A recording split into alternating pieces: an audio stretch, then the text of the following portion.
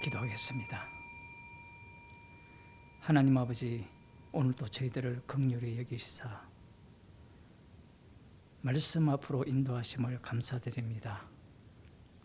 날마다 순간마다 생명의 말씀의 인도함을 받는 주의 백성이 되게 하여 주옵소서.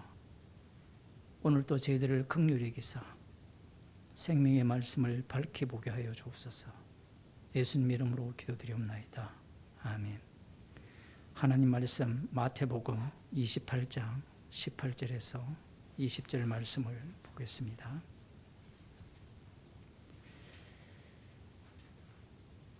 예수께서 나와 일러 가라사대 하늘과 땅의 모든 권세를 내게 주셨으니 그러므로 너희는 가서 모든 족속으로 제자를 삼아 아버지와 아들과 성령의 이름으로 세례를 주고 내가 너희에게 분부한 모든 것을 가르쳐 지키게 하라. 볼지어다 내가 세상 끝날까지 너희와 항상 함께 있으리라 하시니라. 아멘. 예수님께서 하늘과 땅의 모든 권세를 내게 주셨다 이렇게 말씀합니다. 마태복음에 보면 예수님의 아버지가 계시죠. 그 아버지께서 하늘과 땅의 모든 권세를 주셨다 이렇게 말씀합니다. 우리는 유대인이 아니잖아요. 그 이스라엘 백성들이 아니잖아요. 그리고 교회에서 워낙 이 말씀을 많이 들어서 예수님께서 하늘과 땅의 권세를 다 가지시는 것이 당연하다라고 생각을 합니다. 그게 문제라는 겁니다. 아니 그게 무슨 문제가 있느냐? 이 부분에 있어서 문제점을 알아차리지 못하면 이 마태복음에서 일어난 십자가 사건이 왜 일어났는지를 모른다는 겁니다. 하늘과 땅의 모든 권세를 가진 분은 구약에는 여호와 하나님 한 분뿐이에요. 이스라엘을 만드시기 전에는 하나님께서 여호와의 이름으로 나타내시지 않았습니다. 그러면 하늘과 땅의 모든 권세를 가지신 분은 아브라함에게 전능한 하나님으로 나타나셨죠. 창세기에 보면 하늘과 땅의 모든 권세를 가진 분이 누굽니까? 하나님이에요. 엘로힘입니다. 엘로힘이라는 이 단어는 우리가 생각하는 그 하나님이냐라는 질문을 하게 되면 그렇지 않다라는 겁니다.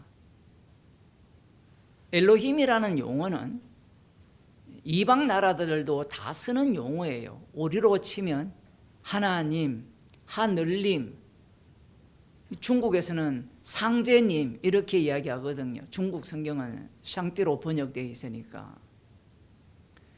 그 상제는 상제인데 어떤 상제냐? 그 성경에서 말씀하시는 상제와 중국에서 생각하는 상제가 달라요.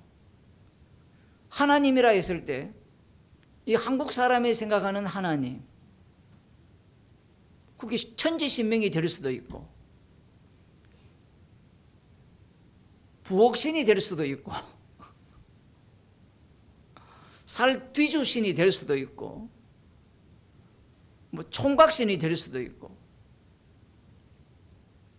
물론 뭐 그 하나님은 대문자 god를 쓰고 잡신들은 소문자 god를 쓴다라고 그렇게 약속을 했지만, 소문자 쓰는 그 사람들도 우리도 대문자야 라고 하면 그 할 말이 없는 겁니다.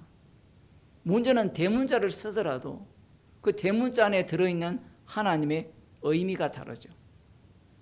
천지 창조하신 하나님이 우상이 되는 시점이 언제냐 하면 아브라함에게 하나님이 나타나심으로 말미암아 천지 창조하신 하나님을 믿는 자들은 우상 숭배자로 드러나게 됩니다.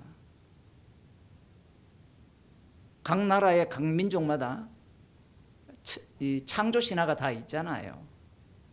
그 내용을 읽어보면 성경에 나오는 것과 다르더라. 다르죠. 그 다른 차원이 어떤 차원이냐라고 하면 아브라함이 하나님이냐 아니냐의 싸움이 돼요. 그리고 이제 뒤로 넘어오게 되면 여호와 하나님으로 나타나게 되는데, 여호와 하나님으로 나타난 하나님이 아브라함의 하나님이 되시죠. 언약의 하나님이 되시고, 그 언약의 하나님이 노아 언약의 하나님이 되시고, 노아 언약의 하나님이 창조주 하나님이 되십니다. 우리가 생각할 때는 창조주 하나님이 더 넓은 개념이잖아요. 이스라엘의 하나님은 좁은 개념이잖아요. 그런데 이 창조주 하나님이 이스라엘의 하나님으로서 자기를 계시하십니다. 이게 참 어려운 부분이에요. 창조주 하나님이라면 엄청나게 무한하잖아요. 그런데 이스라엘의 하나님이 되면 이스라엘의 하나님이라는, 예를 들어 이게 종인데 이스라엘이 규모가 요 정도만 나타났다, 요 정도만 보였다면 하나님은 이 정도밖에 자신을 계시하지 않은 거예요. 그러면 하나님이라는 분은 전지전능하고 계시지 않는 곳이 없는데 이스라엘의 하나님이 그렇게 조그맣게 드러난다면 사람들은 어떤 하나님을 찾겠어요? 이스라엘의 하나님을 찾겠어요? 아니면 이스라엘의 하나님보다 더 큰 하나님을 찾겠어요? 더 큰 하나님을 찾죠. 그게 종교다원주의자들이 주장하는 그런 내용입니다. 그런데 종교다원주의자만 그런 게 아니라 오늘날 이 예수님을 믿는다고 하는 기독교인들도 그 하나님이라는 그 의미가 이스라엘의 하나님의 범주를 벗어나요. 지금 이 창세기부터 우리 예수님께서 십자가에 달려 죽으시고 이 과정까지 올 때 유대인들의 입장에서는 구약을 보게 되면 하늘의 권세와 땅의 권세를 가진 분은 하나님뿐이에요. 여호와 하나님뿐입니다. 신명기에 보면 하나이신 하나님이거든요. 하나님은 둘이 아니에요. 하나예요. 하나. 이 말씀이 왜 중요하냐면 엘로힘은 복수인데 왜 하나이신 하나님이라고 하느냐 하면 이 하나 개념이 예수님을 통해서 비로소 그 의미가 밝혀지거든요.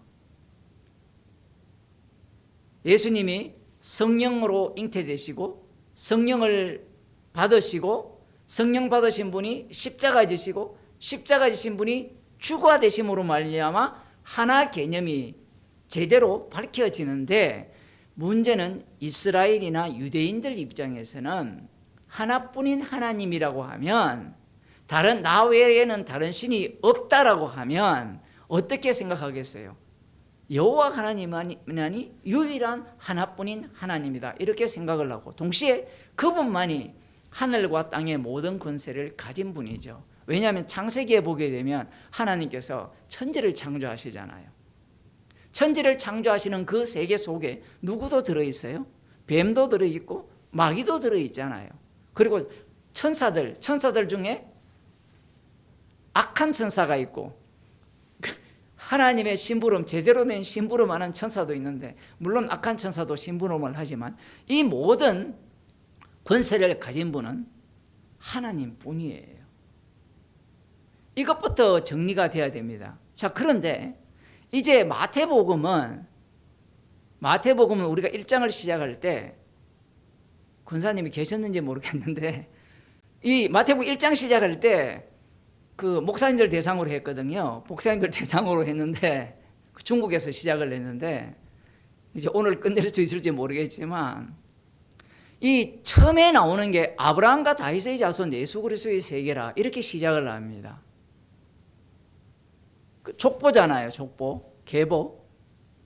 그러면 그 계보를 타고 온 분이 다윗의 자손인데 그분이 하늘과 땅의 모든 권세를 가질 수 있느냐라는 질문을 해야 돼요.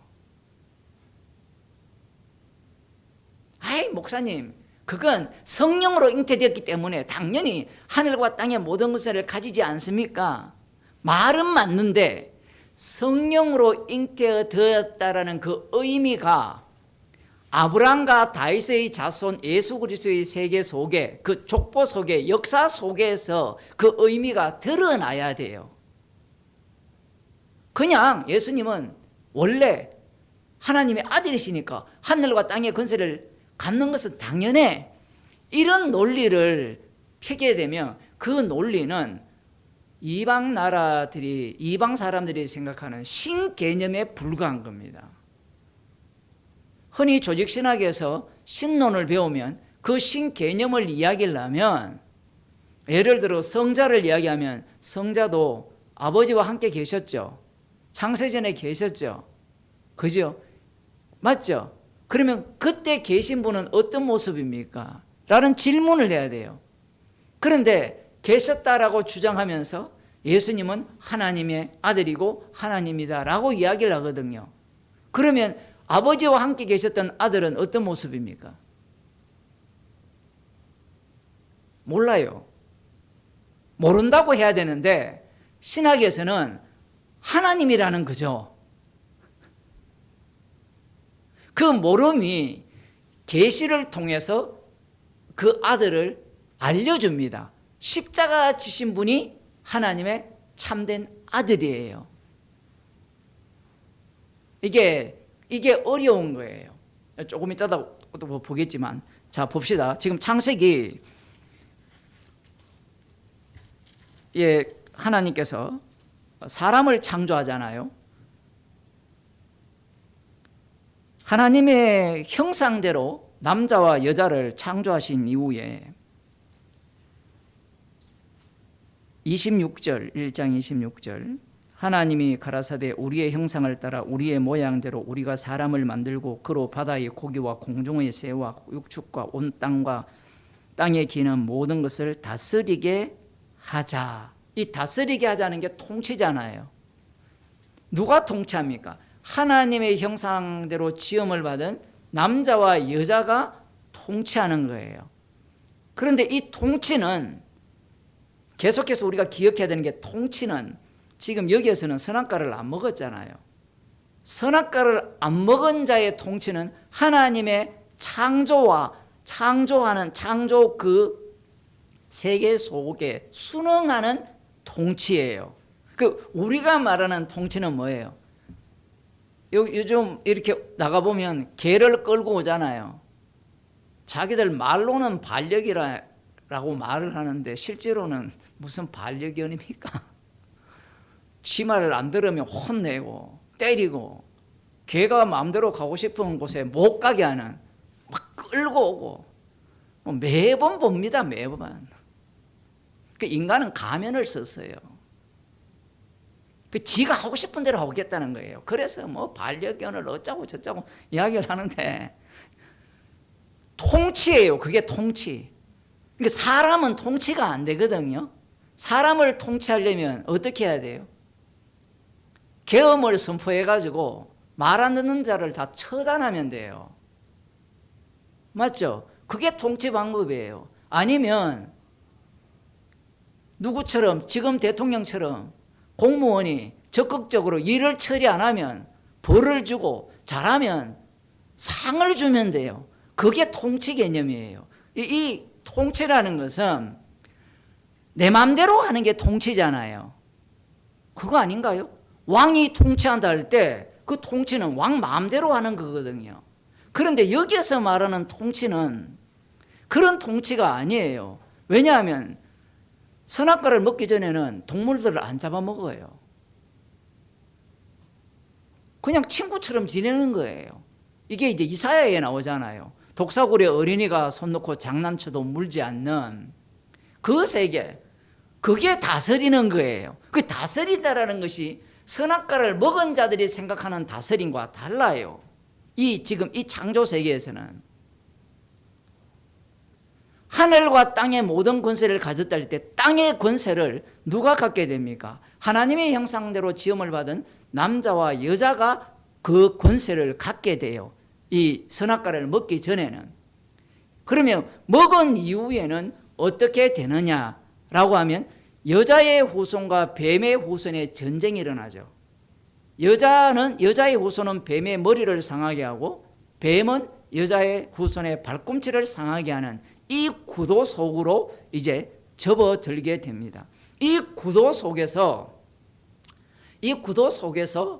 통치의 개념이 등장을 합니다. 어떻게 등장을 합니까? 가인을 통해서 등장을 하죠. 내 마음에 안 들면 죽여버립니다. 하나님이 아벨과 그 제물을 받았다고 하더라도 가차없이 죽이는 게 그게 통치 개념이에요. 선악과를 먹은 이후에 다스리라는 이 동일한 용어 있죠. 언어가 선악 구조로 바뀌어버려요. 같은 언어인데 창세 이 선악과를 먹기 전에 언어는 선악과를 모르는 하나님과 같이 되지 않는 언어예요. 그럼 이 언어를 알려면 십자가로 완료하였을 때 주님이 다스리는 그 언어 세계로 들어와야 돼요. 그게 뭐냐면 그리스도 아닙니다. 성령 아니라고 이야기할 수 있는 거예요. 하지만 지금 선악과를 먹은 이후에 가인이나 라멕 같은 경우에 어떤 일을 합니까? 성을 쌓잖아요. 성을 쌓고 거기에서 통치를 하는 겁니다. 누구를 통치해요? 사람을 통치하죠. 사람을 통치한다는 것은 곧 동물들도 통치하는 겁니다. 우리가 좋아하는 통치예요. 지금 그때부터 선악과를 먹은 이후의 통치는 우리 마음대로 하고 싶은 거예요. 그럼 마음대로 안 되니까 그저께 어떻게 합니까? 자기 생일 잔치상 차려주는 아들을 총으로 쏴 죽여버린. 라멕 같은 경우에 그런 짓을 하잖아요. 조금이라도 내 마음에 기분 나쁘게 한다든가 조금만 이 나를 거슬리게 한다면 죽여버리는, 그게 이 포악한 왕들이 하는 짓거리잖아요.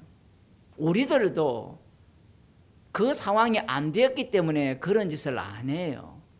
그 상황과 형편과 조건이 맞추어지면 똑같은 짓을 하는 게 선악과를 먹은 자들의 모습입니다. 이게 통치의 모습인데 하나님께서 아브라함을 부르시잖아요. 아브라함을 부르셨을 때 창세기 12장으로 가봅시다. 여호와께서 아브라함에게 이르시되 너는 너의 본토 친척 아비 집을 떠나 내가 네게 지시할 땅으로 가라. 내가 너로 큰 민족을 이루고 네게 복을 주어 네 이름을 창대케 하리니 너는 복의 근원이 될지라. 너를 축복하는 자에게는 내가 복을 내리고 너를 저주하는 자에게는 내가 저주하리니 땅의 모든 족속이 너를 인하여 복을 얻을 것이니라. 이렇게 말씀을 하잖아요. 이렇게 말씀을 하셨을 때 아브라함이 이해하는 방식은 뭐냐면 이 갈대아 우르에서 왔잖아요. 그러면 거기에서 눈으로 목격한 이 창대케 된다라는 나라, 강한 나라, 그리고 축복과 저주의 개념을 아브라함은 이미 갈대아 우르에 있었던 그 문화적 상황에서 개념을 갖고 있는 거예요. 똑같아요. 한국에서 하나님, 예수님을 믿으면 복 받는다라고 하면 그 복 자체가 천지신명께 빌던 복과 똑같이 생각하잖아요. 그 오늘날 지금 또 교회 다니는 사람이 전보로 얼마나 많이 갑니까? 전보로 사실 갈 필요가 없는데 목사들이 다 점쟁이잖아요. 기도해 주는 거부터 시작해서 그리고 말씀 하나 던져주고 신방 갈 때마다 그거 점쟁이가 하는 짓이거든요. 아브라함 같은 경우에 이러한 약속을 받았을 때 이 약속 개념을 어떻게 받아들이느냐 하면 이 자신이 뭐가 되는 것 같아요. 이 약속을 받으면 자신이 강력한 왕국의 왕이 되는 느낌이잖아요. 누구든지 자기를 못 건드리잖아요. 왜? 이 창대케 하리라, 이름을 창대케 한다는 것은 그만큼 군사력과 자녀들이 많다라는 겁니다. 뭐 이집트에 이름이 창대케 한 이름 있죠. 람세스 2세라든가 피라미드 만들고 스핑크스 만들고 뭐 그러한 것들, 그러한 모습을 생각할 수밖에 없어요. 그런데 이 창대케 된다라는 의미가 과연 그런 의미냐라는 거예요.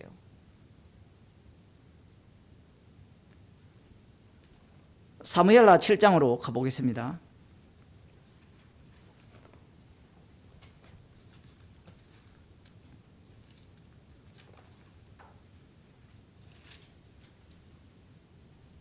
이스라엘 자손들이 열방과 이방 나라와 같이 왕을 요구했죠. 그 왕을 요구한 이유는 자신들도 잘 먹고 잘 살고 싶은 거예요.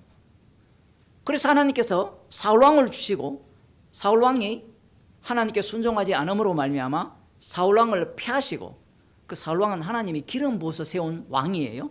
기름 부은 왕도 패하고 다시 다윗을 기름 부어서 왕으로 세우셔서 이제 이 남북, 이 처음에는 유다의 왕이 되거든요. 헤브론에서 다윗이 기름 부음 받아서 유다 지파의 왕이 되고, 그 이후에 이제 북이스라엘이 합류해서 이제 다윗이 비로소 이제 예루살렘으로 가서 제대로 된 왕이 되는데, 이 7장에 보면 이제 다윗이 사방의 대적을 파하사 왕으로 평안히 거하게 하신 때의 일입니다. 자신이 하나님을 위하여 성전을 지어 드리겠다라고 말을 할 때 하나님께서 나단 선지자를 통하여서 말씀을 하시죠.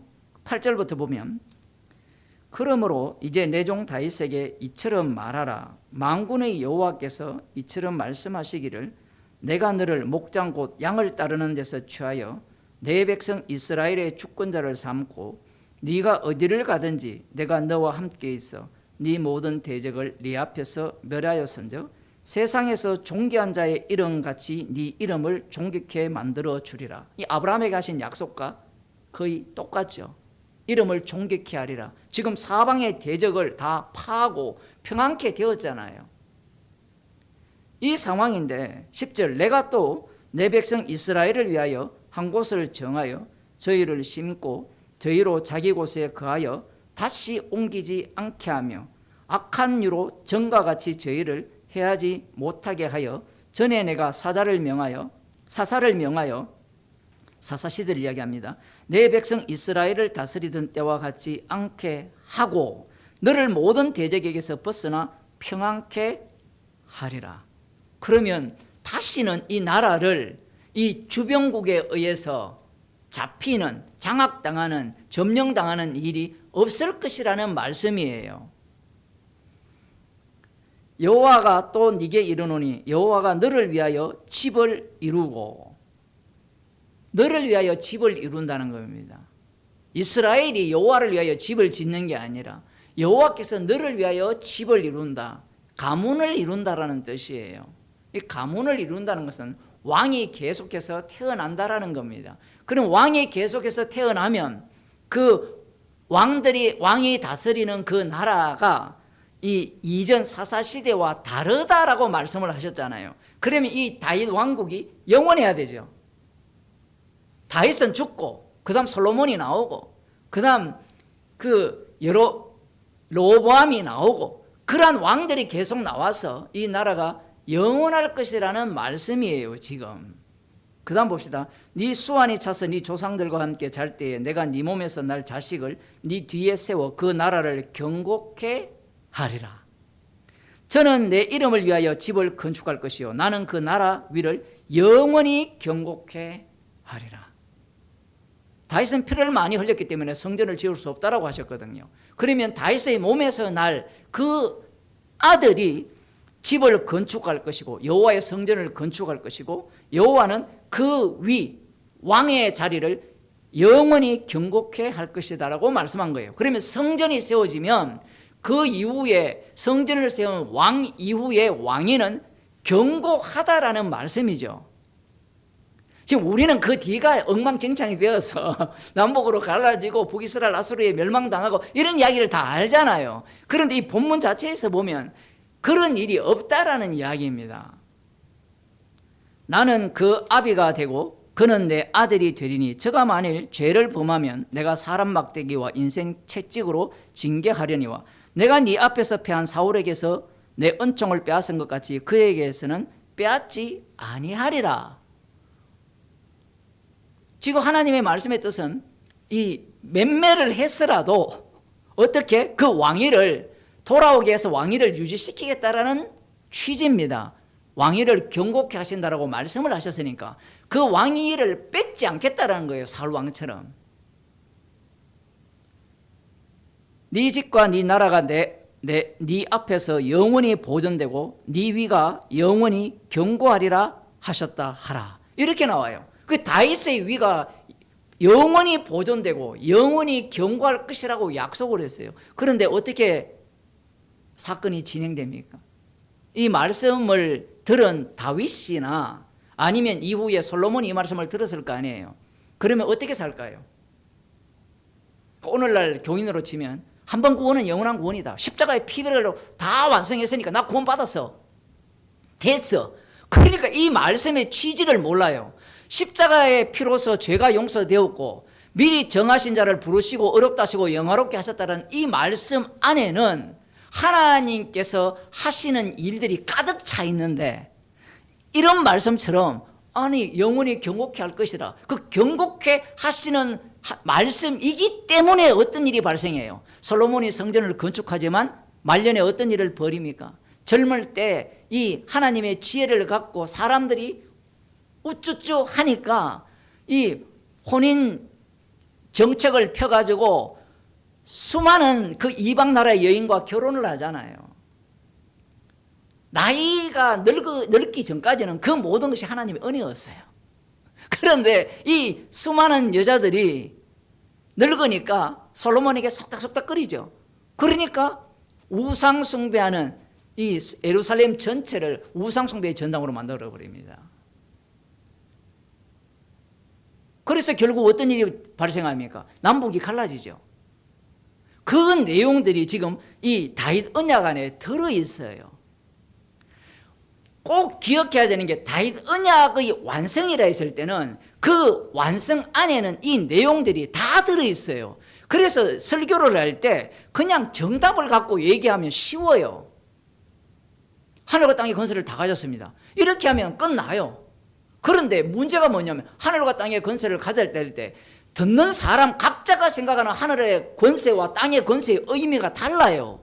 그러면 그걸 어떻게 그 엉터리라는 것을 드러내느냐 하면 말씀 속으로 들어가야 돼요. 다윗을 통하여서 영원히 경고케 한다 할 때 그러면 다윗이 다스리는 곳이 하늘이 포함됩니까? 안 됩니까? 안 되죠 지금. 왜냐하면 이 왕위를 경고한다 했을 때는 이 약속의 땅에서의 왕이잖아요. 그렇지 않습니까? 하늘의 권세까지도 다 받게 되면 어떤 문제가 발생해요? 하나님조차도 다윗 왕에게 귀속이 돼요. 지금 사람들은 이 목사나 교인들은 이 생각을 안 해요. 그래서 구약이 중요한 거예요.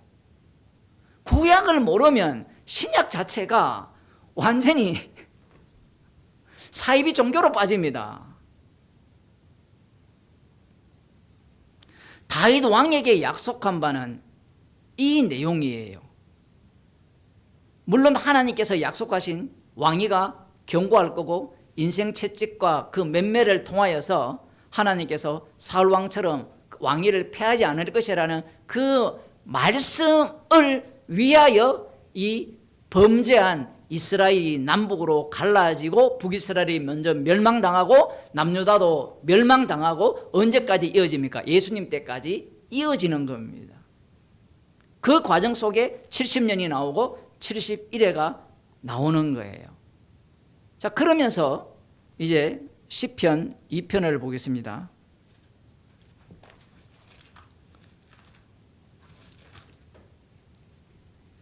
어찌하여 열방이 분노하며 민족들이 흑사를 경영하는고 세상의 군왕들이 나서며 관원들이 서로 꾀하여 여호와와 그 기름 받은 자를 대적하며 우리가 그 맨 것을 끊고 그 결박을 벗어버리자 하도다. 사실은 이게 다윗이 방금 봤잖아요. 주변의 대적들에 대한 이야기예요.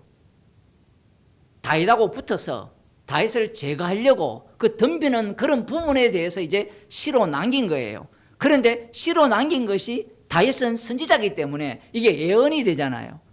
예언이 될 수밖에 없는 게 지금 이렇게 주변 이방 나라들이 기름 받은 자를 대적하여서 결국은 어떤 일이 일어났습니까? 이스라엘이 멸망당했잖아요. 멸망을 당했으니까 지금 이 시편 2편에 말씀하시는 이 내용이 실제로 임해야 되잖아요. 그러면 언제 임합니까? 메시아가 오실 때, 약속의 자손이 오실 때 임하는 거예요. 좀 더 봅시다. 하늘에 계신 자가 웃으시며 주께서 저희를 비웃으시리로다. 그때 분을 바라며 진노하사 저희를 놀래어 이르시기를 내가 나의 왕을 내 거룩한 산 시온에 세웠다 하시리로다. 시온에 세우잖아요. 시온에 세우면 모든 열국들이죠. 땅 위에 있는 왕들이 굴복하게 돼요. 하늘 아니에요. 이걸 꼭 기억해야 됩니다. 그 다음 봅시다. 내가 영을 전하노라. 여호와께서 내게 이르시되 너는 내 아들이라. 오늘날 내가 너를 낳았도다. 내게 구하라. 내가 열방을 유업으로 주리니 네 소유가 땅끝까지 이르리로다. 네가 철장으로 저희를 깨뜨리며 질그릇같이 부수리라 하시도다. 열방을 유업으로 달라고 구하라고 하잖아요. 철장으로 땅끝까지 그 소유가 되어서 다스린다라고 하나님께서 말씀을 하시잖아요. 하나님의 아들에 대해서. 그럼 여기에 하늘의 권세도 가진다는 게 나오지 않아요. 좀 더 봅시다. 그런즉 군왕들아 너희는 지혜를 얻으며 세상의 관원들아 교훈을 받을지어다. 여호와를 경외함으로 섬기고 떨며 즐거워할지어다. 그 아들에게 입맞추라. 그렇지 아니하면 진노하심으로 너희가 길에서 망하리니 그 진노가 급하심이라. 여호와를 의지하는 자는 다 복이 있도다. 이렇게 나오거든요. 그러면 기름 부음 받은 자가 누구냐 하면 다윗 왕이 살아있을 때는 다윗 왕이었죠. 그러면 다윗 왕이 죽은 이후에 이제 바벨론 포로로 잡혀갔을 때는 기름 부음 받은 자를 보낸다라고 했으니까 다윗의 자손으로 이새의 줄기에서 난 그 열방을 다스릴 자가 오신다라고 약속을 했잖아요. 그 분이 오시면 어디를 통치해요? 땅을 통치하죠. 땅을. 제가 이거 강조하는 게 있어요. 왜 강조하느냐면 하나님의 형상을 따라 지음받은 자들, 하나님의 형상이 그리스도죠. 그죠? 창세기 1장에서 하나님의 형상이 다스리는 영역은 어디입니까? 지구죠. 지구. 땅의 세계가 다예요. 그리고 다윗 언약에 의하면 다윗이 다스리는 세계는 어디까지 확장됩니까? 똑같이 지구예요. 하늘의 권세까지 도달하지 않습니다. 야, 이거 정말 놀라운 이야기예요. 그러면 어떻게 하늘의 권세까지 올라가게 될까요? 그게 이제 관건이에요. 그러면 그 문제를 해결하려면 누가 나옵니까? 이사야에 바벨론이 나오죠. 바벨론이 어디까지 올라가려고 합니까? 하늘 보좌까지 올라가려고 하죠. 하나님이 이 일을요, 정말 우리가 전율할 정도로 일을 하세요. 본래 창세기에는 하나님의 형상이 다스리는 영역은 땅입니다. 땅. 그리고 다윗 언약도 땅이에요. 그런데 이 하나님의 아들이 범죄함으로 말미암아 어떤 일을 행사합니까? 여호와를 대적하죠. 언약을 배반하니까 하나님께서 아수르나 바벨론 이 짐승을 몽둥이로 사용하여서 이스라엘을 칩니다. 치니까 이 이스라엘을 치니까 그 이스라엘의 하나님보다 자신이 어디에 있어요? 더 높은 자리에 있잖아요. 그러니까 이제 이 바벨론은 하나님보다 높은 자리에 오르겠다라는 마음을 갖는 거예요. 이스라엘은 그런 생각을 하지 않습니다. 이방 나라가 먼저 생각을 하죠. 거기에 하나님께서 부합을 하는 거예요. 처음부터 하늘을 다스린다는 내용은 나오지 않습니다. 하늘의 권세까지 다 갖는 개념이 안 나와요. 처음에는 인간이 범죄함으로 선악과를 먹음으로 말미암아 인간 주제에 이제 선악과를 아는 그들이 하나님처럼 되어서 하늘의 권세까지도 그들이 다 소유하려고 하는 거예요. 무당들이 다 그런 짓을 하는 거잖아요.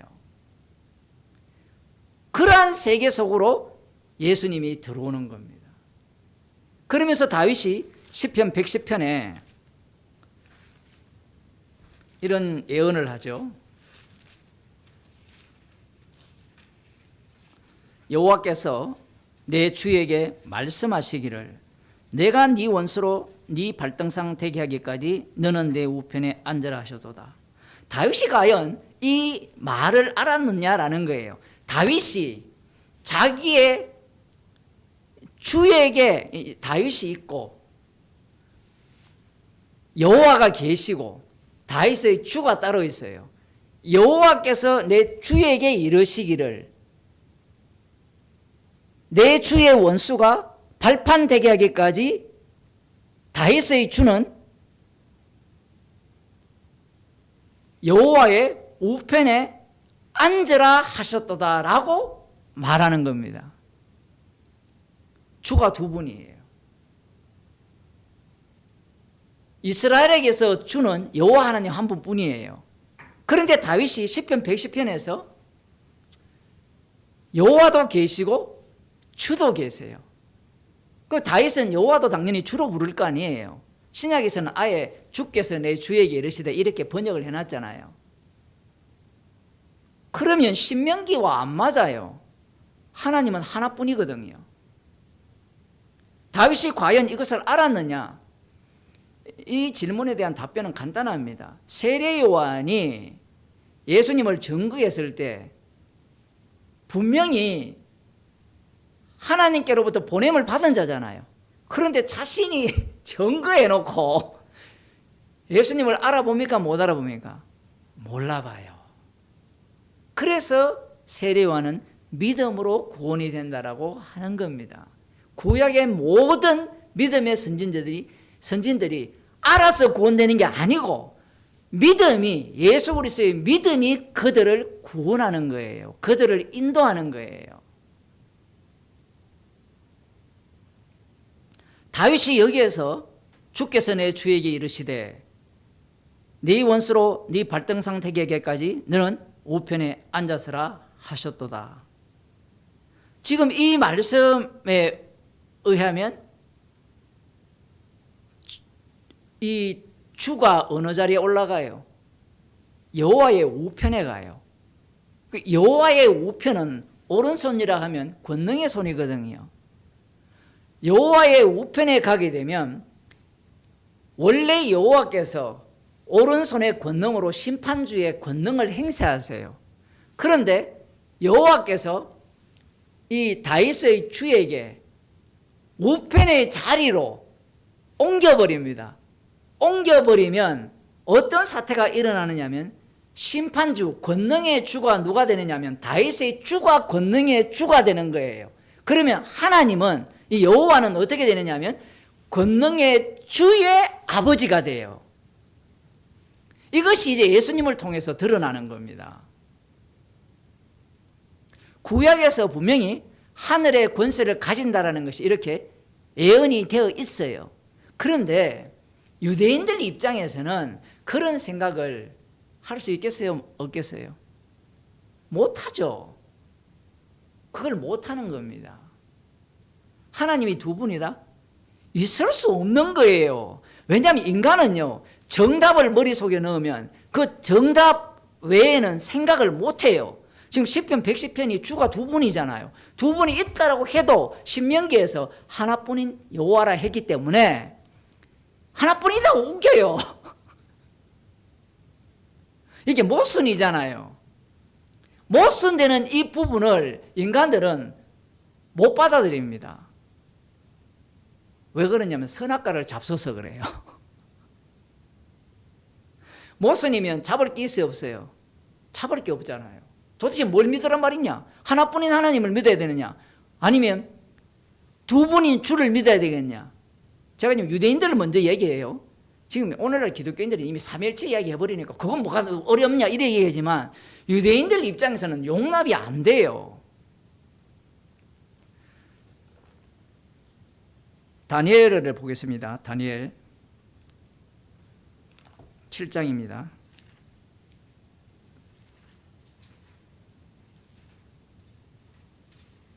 칠 장 9절부터 보면 내가 보았는데 왕좌가 놓이고 옛적부터 항상 계시니가 좌정하셨는데, 번역이 이렇게 되어 있는데 이 히브리어 성경 번역 중에 어떤 번역은 이렇게 이야기합니다. 왕자를 버린다라고 이야기해요. 놓인다고 되어 있잖아요. 지금 우리 성경에는. 그러면 이제 왕자가 놓여 있고 그 왕자의 좌정하신 이가 계시고 이렇게 나오잖아요. 그 좌정하신 이가, 왕자의 좌정하신 이가 그 왕자를 버린다라는 거예요. 이 히브리어 성경을 보면 그렇게 해석이 돼요. 우리 성경은 약간 오해할 여지가 있어요. 가만히 계시는 분이니까. 왜냐하면 인자 되신 분이 오시거든요. 그 왕자를 버리고 와요. 자, 여기서 봅시다. 내가 보았는데 왕자가 놓이고 옛적부터 항상 계시니가 좌정하셨는데 그 옷은 희기가 눈 같고 그 머리털은 깨끗한 양의 털 같고 그 보좌는 불꽃이요 그 바퀴는 붙는 불이며, 그 요한계시록 1장에 나오는 그 어린 양의 모습이거든요. 지금 다니엘 7장 10절입니다. 불이 강처럼 흘러 그 앞에서 나오며 그에게 수종하는 자는 천천히요 그 앞에 시위한 자는 만만이며 심판을 베푸는데 책들이 펴 놓였더라. 심판주라는 거예요. 심판주. 불로서 심판하는 심판주. 그때 내가 그 큰 말하는 작은 뿔의 목소리로 인하여 주목하여 보는 사이에 짐승이 죽임을 당하고 그 시체가 상한 바 되어 붙는 불에 던진 바 되었으며 그 남은 모든 짐승은 그 권세를 빼앗겼으나 그 생명은 보존되어 정한 시기가 이르기를 기다리게 되었더라. 그것은 십자가로 승리하는 장면이에요. 자, 그 다음이 문제예요. 그 다음이 뭐냐면 내가 또 밤 이상 중에 보았는데 인자 같은 이가 하늘 구름을 타고 와서 옛적부터 항상 계신 자에게 나와 그 앞에 인도되매 그에게 건세와 영광과 나라를 주고 모든 백성과 나라들과 각 방언하는 자로 그를 섬기게 하였으니 그 권세는 영원한 권세라 옮기지 아니할 것이요. 이렇게 되어 있거든요. 여기에서도 이 권세는 어떤 권세나 백성과 나라들과 각 방언하는 자로 그를 섬기게 하는 영원한 권세, 옮기지 않는 권세. 달리 말하면 다윗 언약에서 말씀하신 그 다윗 언약의 성취의 권세예요. 그런데 여기에서도 하늘의 권세를 가진다는 내용이 지금 나옵니까 안 나옵니까? 물론 앞부분에 나왔죠. 심판하는 권세를 가진 분으로 등장을 하긴 해요. 그런데 중요한 게 뭐냐면 왜 인자 같은, 인자라는 말은 사람의 아들 같은 거든요.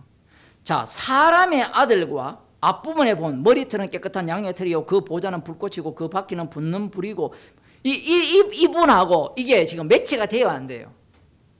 매치가 안 돼요. 사람의 아들이면 사람일 뿐이에요. 사람은 뭐예요? 피조물이잖아요. 피조물의 모습이 이 모습일 수 있느냐라는 거예요.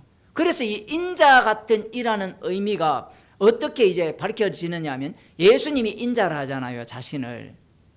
그 인자의 모습이 실제로는 이 다니엘 7장 9절과 10절, 11절에 나오는 이 모습이라는 겁니다. 자, 그런데 잘 보세요. 출발을 어디에서 합니까? 원래 모습이 이 머리털은 깨끗한 양의 털 같고 그 보좌는 불꽃이요 그 바퀴는 붙는 불이며 심판하는 심판주의 모습을 갖고 있는데 이분이 인자 같은 모습으로 오셔서 영원한 권세를 백성과 나라들과 각 방언하는 자들을 자로 그를 섬기는 분으로 만든다 얘기예요. 그럼 여기에서 뭐가 빠집니까? 우리가 알기로는 십자가가 빠졌잖아요. 그럼 여기에서 십자가가 들어가야 되겠죠. 인자 같은 이가 예수님이잖아요. 그러면 예수님이 구름 타고 언제 온다고 했어요? 재림할 때 오신다고 했잖아요. 너희가 본 그대로 온다라고 하셨으니까 그러면 예수님은 과연 이 면모, 이 심판하는 그러한 어떤 심판주의 권세를 가지느냐라고 하면 언제 갔습니까? 지금 하늘과 땅의 권세를 예수님이 언제 받아요? 십자가에 달려 죽으시고 부활하셔서 받죠. 그런데 여기에서 부활하자마자 받는 건 아니에요. 우편의 자리에 가야 돼요. 그러면 시제가 아직 시간이 남았는데 왜 이렇게 표현하느냐라고 하면 인간들에게는 선후 관계가 있지만 예수님께는 이게 선후 관계가 없습니다. 이미 우편의 자리에 앉으신 차원에서 말씀하시는 거예요. 사복음서 전체가 그런 식으로 설명이 됩니다. 이 시간 속에서 오셔서 시간의 흐름 속에서 예수님 자신을 계시함과 동시에 십자가로 다 이루시고 심판주가 되신 차원에서도 말씀하시는 이 겹쳐져 있어요. 중첩되어 있는 상황입니다. 말씀 자체가. 하늘과 땅의 권세를 언제 받습니까? 십자가 안 지면 받을 수 있어요, 없어요? 못 받죠. 그런데 놀랍게도 아까도 이야기했지만 하늘의 권세까지 받아요. 왜 하늘의 권세까지 받아야 되느냐 하면 하늘의 권세를 누가 갖고 있다 했죠? 여호와 하나님이 갖고 있다 했죠. 유대인들은 여호와 하나님만을 믿잖아요. 그러면 그 하늘의 권세를 갖고 있는 여호와 하나님은 뭐가 됩니까? 우상이 되는 겁니다. 이게 말씀이 무시무시한 이유예요. 우리는 여호와 하나님이 자신을 계시하셨으니까 여호와 하나님을 제대로 알면 구원이 되지 않느냐 이 논리를 펴는데 놀랍게도 유대인들은 여호와 하나님을 제대로 믿으니까 자기들이 어느 자리에 가 있습니까? 심판주의 자리에 가버리죠. 그 모습이 누구의 모습입니까? 이사야에 나오는 바벨론처럼 내가 저 높은 보좌에 내 자리를 마련하겠다라는 이 교만의 극의 모습이 남은 자 이스라엘의 모습이라는 겁니다. 그들에 의해서 십자가에 못 박혀 죽으신 분이 심판주가 되시는데 이 심판주가 되신 이분에게 하늘과 땅의 모든 권세를 주셨다라는 겁니다. 그럼 아버지는 어떻습니까? 그 아들의 아버지가 진짜 하나님이 돼요. 지금 우리의 논리는 뭐냐면 아버지는 원래 계셨으니까 하늘과 땅의 권세를 다 갖고 있지 않습니까? 그게 유대교예요. 기독교와 유대교의 차이가 여기에 있습니다. 하늘과 땅의 권세를 예수님이 다 가져버려요. 자, 출발은 다윗 언약의 성취는 땅의 권세만 갖죠. 그런데 인간의 범죄함으로 말미암아 이 땅의 권세를 가지신 분이 무슨 권세까지 갔습니까? 하늘의 권세까지도 갖게 돼요. 심판주가 되는 겁니다. 십자가로 승리를 하잖아요. 공중 권세 잡은 자들도 예수님의 손아귀에 있죠. 그 권세까지도 예수님이 다 갖게 되는 겁니다. 이렇게 됨으로 말미암아 마태복음에서 아브라함과 다윗의 자손 예수 그리스도의 세계라라고 하게 되면 예수 그리스도가 하늘과 땅의 모든 권세를 갖죠. 그렇게 되면 예수 그리스도의 아버지만이 진짜 하나님이에요. 이걸 달리 표현하면 예수님만이 십자가이신 예수님만이 진짜 하나님이라는 얘기입니다. 그 하나님의 아버지가 진짜 하나님이잖아요. 사도 바울은 이것을 주님이 찾아오심으로 말미암아 알게 된 거예요.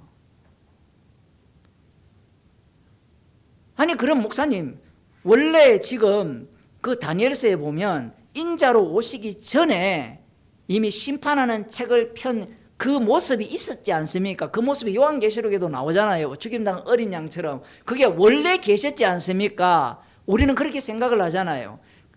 시간 순서니까 우리는. 그런데 이 모습이 우리가 볼 때는 이 왕자의 자정하신 이 옷은 희귀가 눈 같고 그 머리털은 깨끗한 양의 털 같은 분이 원래 계시고 이분이 인자로 오셔서 그 다음 어떻게 합니까? 다시 이 모습으로 간다. 이런 논리잖아요.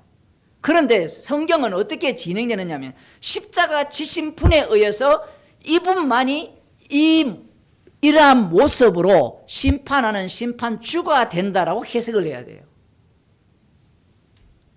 모든 것이 십자가로부터 출발을 합니다. 유대인들도 이런 이야기를 읽으면 시간 순서를 알아요. 문제는 뭐냐면 십자가 지신 그 예수님 안에 이 영광스러움이 보이느냐라는 거예요. 그런데 우리가 십자가 지실 때 이 백부장이 뭐라 합니까? 진실로 하나님의 아들이로소이다. 그 영광을 보는 겁니다. 누가복음에서는 한 강도가 그 영광을 보는 거예요. 만일에 이 모습, 이런 모습, 다니엘 7장에 나오는, 그렇지 않으면 계시록에 나오는 그 흰옷 입은 그런 모습으로 보인다면 누가 안 믿겠어요? 다 믿죠. 그런데 그러한 사고방식 자체가 이 선악과를 먹은 자들이 상상하는 그러한 어떤 신개념이에요. 예수님께서 통치를 어떻게 하시느냐, 이 땅에 분명히 하늘과 땅의 모든 것을 주셨다 했으니까 이 땅을 어떻게 통치하시는가? 십자가로 통치하십니다. 이 하늘의 세계도 십자가로 통치를 하는 거예요. 그리고 십자가로 승리를 하신 거고, 그분이 주의 우편의 자리에 오르신 겁니다. 우리는 이 땅에 살고 있죠. 땅에 살고 있으니까 예수님이 하늘과 땅의 모든 권세를 가졌다면 예수 이름으로 구하면 뭐든지 된다고 했으니까 구하면 되지. 이게 오늘날 이 사이비 종교의 특징이에요. 하늘과 땅의 권세를 가졌다니까 목사들이 누구 위에 올라가 놉니까? 대통령 위에 올라가 놀잖아요. 봐주라 이렇게 전화하고, 죽은 자 그 어머니를 위해서 기도를 하든가. 하늘과 땅의 모든 것을 가지셨기 때문에 이제 성령을 받은 성도들이 어떻게 이 땅에 살아가느냐라고 하면 대표적인 예만 이야기하고 마치겠습니다. 사도행전 7장에 보면 서대반 집사님이 복음을 전하잖아요. 그러면 하늘과 땅의 모든 것을 가지신 분이 주님이 세상 끝날까지 동행을 하잖아요. 동행을 하면 어떻게 해줘야 돼요? 지켜줘야 되잖아요. 아니, 복음을 전하는 게 목적이라면 서대반 집사님이 돌에 맞지 않고 그들을 회개시키면 되잖아요. 맞죠? 돌을 던지는 자를 회개시키면 되잖아요. 이게 인간들이 갖고 있는, 유대인들이 갖고 있는 다윗 언약의 성취 개념이에요. 그런데 하늘과 땅의 모든 것을 가지신 분이 동행을 하니까 어떻게 돼요? 복음이 전파되고 복음으로 인하여서 저들이 분노가 일어나고 돌을 들고 죽입니다. 십자가 사건이 일어나요. 하늘과 땅의 모든 권세를 가진 자리가 십자가이기 때문에 그래요. 그것이 바로 이 하늘과 땅의 모든 권세를 가진 분이 우리와 동행하는 실질적인 모습입니다. 성령을 받지 못한 자들은 계속해서 하늘과 땅의 모든 것을 가진 분이 우리와 동행을 하기 때문에 이제 우리의 인생은 겁날 것 없다. 말은 맞아요. 서대반 집사님처럼 겁날 거 없잖아요. 그런데 문제가 뭐예요? 땅과 하늘의 권세를 가졌다면 내 필요를 다 채워주셔야 되죠. 이 문제를 해결해 주셔야 되죠. 그런 논리를 인간들이 편다는 겁니다. 그래서 오늘 말씀에서 하늘과 땅의 모든 권세를 내게 주셨다는 이 말씀은 유대교가 이것은 우상숭배라는 것을 선언하는 겁니다. 기도하겠습니다. 하나님 아버지, 십자가이신 예수님이 하늘과 땅의 모든 권세를 받으셨습니다. 심판주가 되셨습니다. 주님께서 우리와 동행하시기에 하늘과 땅의 모든 권세가 이 복음을 전하는 가운데 드러남을 말씀을 통하여 들려주심을 감사드립니다. 날마다 십자가 사건이 일어나는 현장으로 저희들을 인도하여 주시고 십자가의 복음을 두려움 없이 마음껏 전가하는 증인으로 삼아 주옵소서. 예수님의 이름으로 기도드리옵나이다. 아멘. 하늘에 계신 우리 아버지여, 이름이 거룩히 여김을 받으시오며 나라에 임하시오며 뜻이 하늘에서 이루어진 것 같이 땅에서도 이루어지이다. 오늘날 우리에게 일용할 양식을 주옵시고 우리가 우리에게 죄진 자를 사하여 준 것 같이 우리의 죄를 사하여 주옵시고 우리를 시험에 들게 하지 마옵시고 다만 악에서 구하옵소서. 대개 나라와 권세와 영광이 아버지께 영원히 사.